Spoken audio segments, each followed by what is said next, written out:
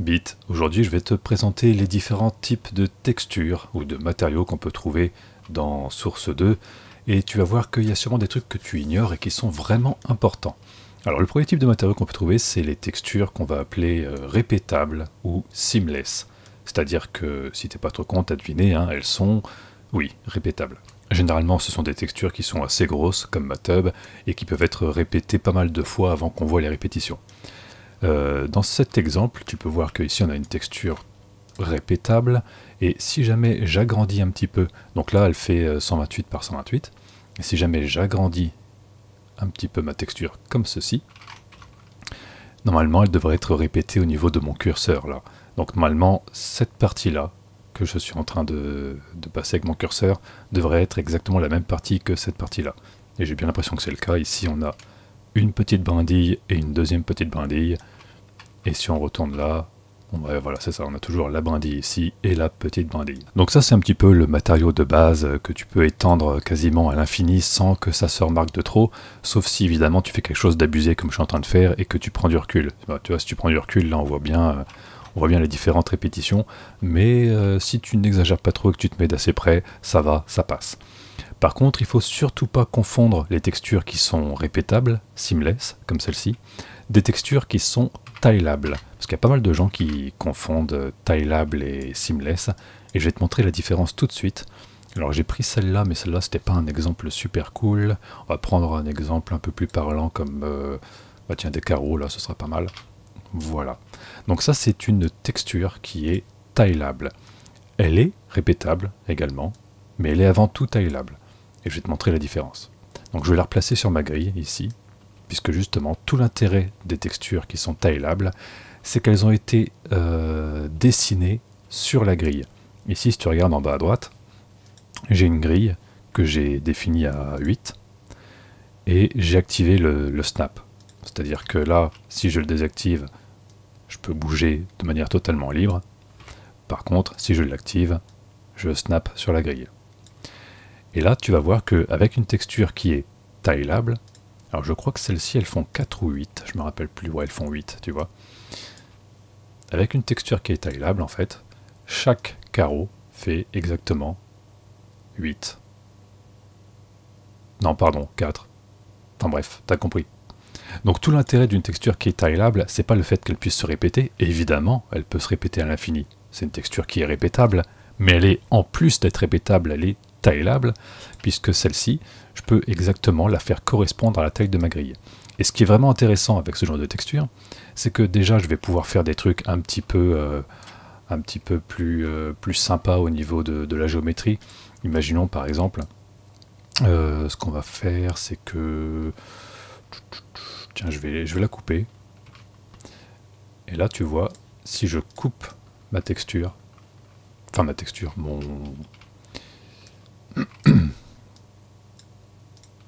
Voilà, là tu vois, je peux parfaitement placer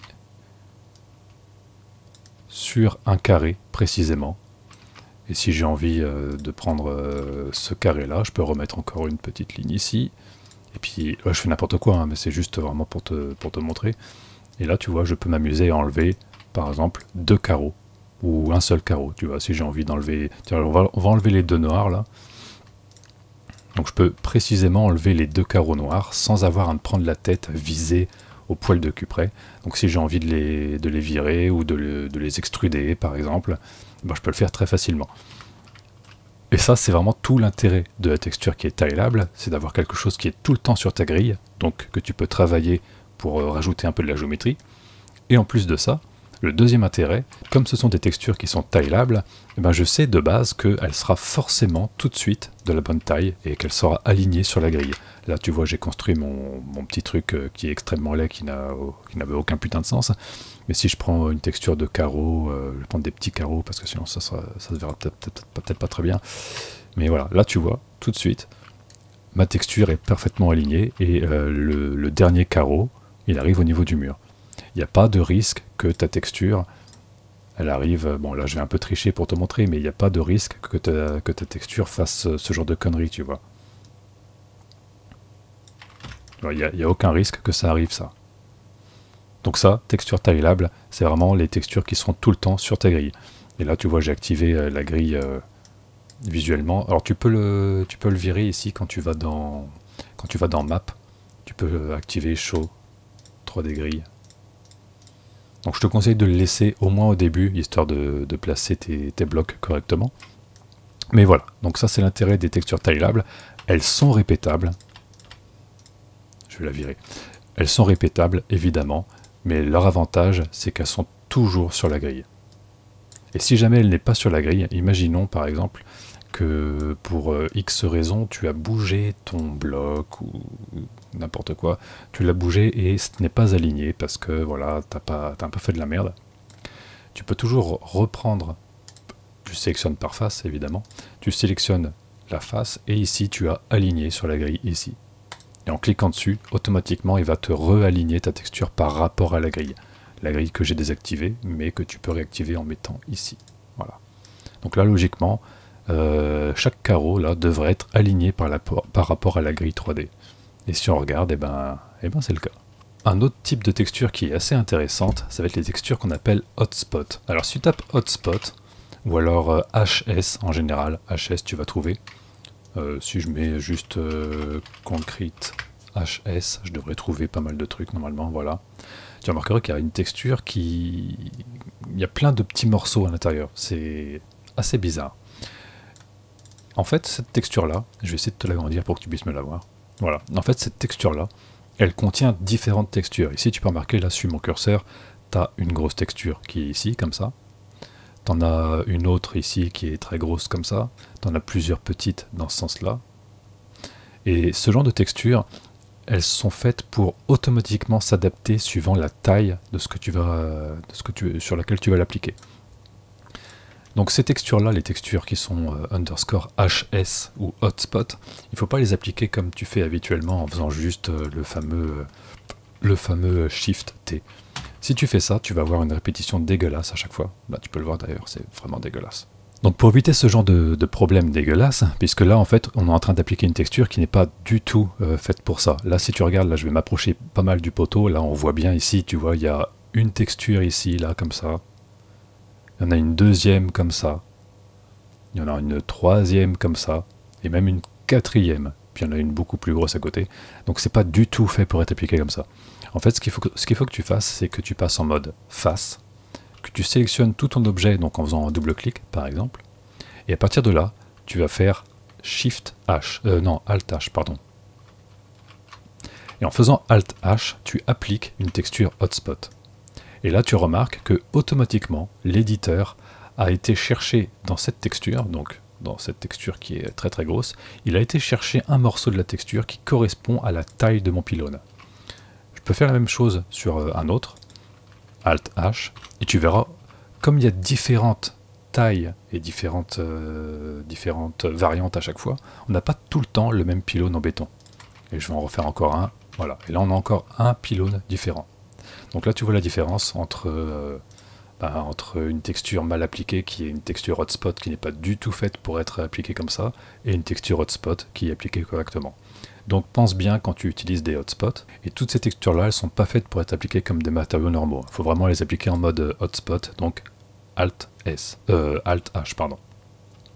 Si jamais tu appliques un hotspot, n'hésite pas, tu peux faire plusieurs fois, pardon, tu passes bien en mode face, pas comme je viens de faire, tu peux passer plusieurs fois en faisant Alt H pour voir les différentes variantes que tu as.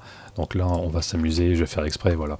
Là tu vois j'ai 3 fois les mêmes, ça ne me plaît pas, donc j'en sélectionne un des deux, je refais Alt H, et j'en sélectionne un autre, et je refais Alt H, et là tu vois on a 3 fois une variante différente. Autre petit détail concernant les hotspots et qui est quand même très important à connaître, là j'en ai pris un autre, tu vois, et on peut voir ici, alors je sais pas si tu le verras forcément bien en vidéo, mais en gros on a 4 gros carrés, on a un carré ici, un autre là, un autre là et un autre là, et sur la droite on a 2 ou 3, j'arrive pas trop bien à voir moi non plus, 2 ou 3 grandes barres. Ça veut dire que sur cette texture là, sur ce matériau, si jamais on fait quelque chose qui est plus gros qu'un carré, ou plus étiré que cette grande barre, on risque d'avoir des résultats un peu merdiques. Là j'ai préparé un exemple pour te montrer. Si j'applique ici, ça va, il n'y a pas de problème. parce qu'on a ce format-là est déjà présent ici, tout en haut à droite de cette texture, on peut le voir. Donc ce format-là est déjà présent. Si j'applique ça ici, ça va aussi, puisque ce format-là est présent ici, en haut à droite, on le voit là.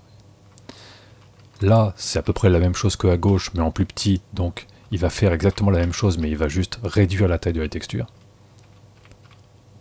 Ça, en fait, c'est juste la même chose, mais en plus gros. Hein. Donc il a juste réduit ou augmenté la taille de la texture. Par contre, ici, là, on a quelque chose qui est beaucoup plus allongé.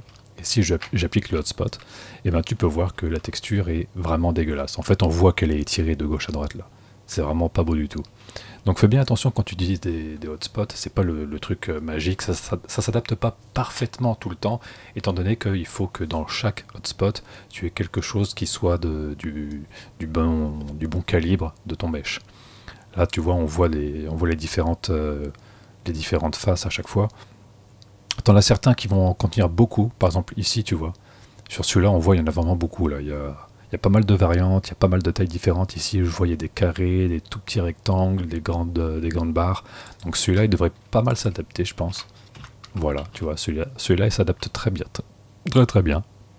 Mais si tu utilises un hotspot avec seulement 3 ou 4 variantes et qui ne sont pas du tout faits pour le format que tu vas utiliser, tu vas te taper des choses vraiment dégueulasses.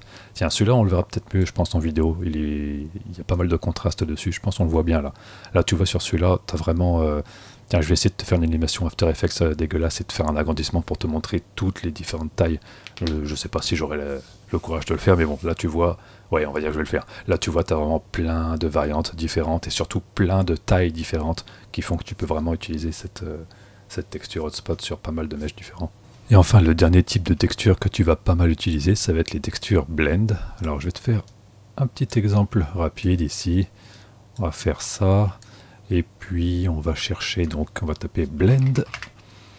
Alors tu les reconnais assez facilement, hein, puisque c'est des textures visuellement qui ont tout le temps un bandeau comme ça en bas. Tu peux mélanger donc deux textures. On va prendre n'importe laquelle, parce que là je suis en train d'hésiter alors qu'en fait on s'en bat un peu les couilles. Donc on va prendre Shift T pour l'appliquer. Et avant de pouvoir l'utiliser, il va falloir qu'on subdivise tout ça. Donc dans le panneau ici, on va descendre presque tout en bas et on va chercher increase plutôt, subdivision. On peut directement passer niveau 5 ou niveau 0, tu vois, pour passer de l'un à l'autre. Et une fois que c'est fait, tu as juste à cliquer sur le petit pinceau qui est ici et tu peux commencer à dessiner toutes sortes de choses. Donc ça c'est vraiment utile, surtout pour des décors d'intérieur, pour changer légèrement, pour éviter les répétitions. Donc quand tu fais une pièce avec des murs et que tu n'as pas envie que tu aies l'impression que ce soit tout le temps la même chose qui se répète sur les murs. Et ça peut être aussi très pratique en extérieur pour, par exemple, tracer un chemin. Putain, je sais pas parler. Si tu fais un environnement extérieur avec plein d'herbes, ben, ça peut être vraiment très pratique pour tracer un chemin de manière assez naturelle. Par contre, n'oublie pas donc de bien passer ici en mode subdivision, parce que si jamais si tu laisses niveau 0 par exemple en subdivision, tu pourras vraiment rien faire. Tu pourras juste soit passer de l'un à l'autre, mais tu pourras pas faire de trucs. Si j'augmente le rayon, voilà, là tu vois, je peux passer de l'un à l'autre directement, mais je ne peux pas faire un truc vraiment fin. Je peux pas faire genre juste la moitié qui est comme ça. Donc pense bien à passer en subdivision. T'es pas obligé de passer au max, hein, tu peux passer ne serait-ce que à 2 ou 3. En général, même 1 ou 2, ça suffit pour juste pour placer quelques petits éléments comme ça. Mais voilà, si jamais tu fais pas de subdivision, tu pourras vraiment rien faire. Donc là, tu vois, tu peux déjà t'amuser à faire des trucs qui changent un petit peu, qui permettent d'avoir des textures qui ne se répètent pas dans tous les sens. Et évidemment, ça, fais-le quand tu as fini ta map. Enfin voilà, je voulais juste te présenter ces différents types de textures. C'est celles que tu vas utiliser le plus souvent. Hein. Donc ça va être des textures répétables, des textures hotspot, des textures tileables, et puis aussi des textures blend. Il y en a d'autres, on verra ça dans une autre vidéo, parce que sinon après, vraiment, ça va être trop long et trop chiant. Mais ça, vraiment, c'est les textures que tu vas utiliser quasiment tout le temps. Donc je voulais juste te montrer à quoi ça servait, et surtout ne pas faire de la merde comme pas mal de gens font avec ce genre de texture, par exemple. Voilà. Allez, je te laisse, bisous.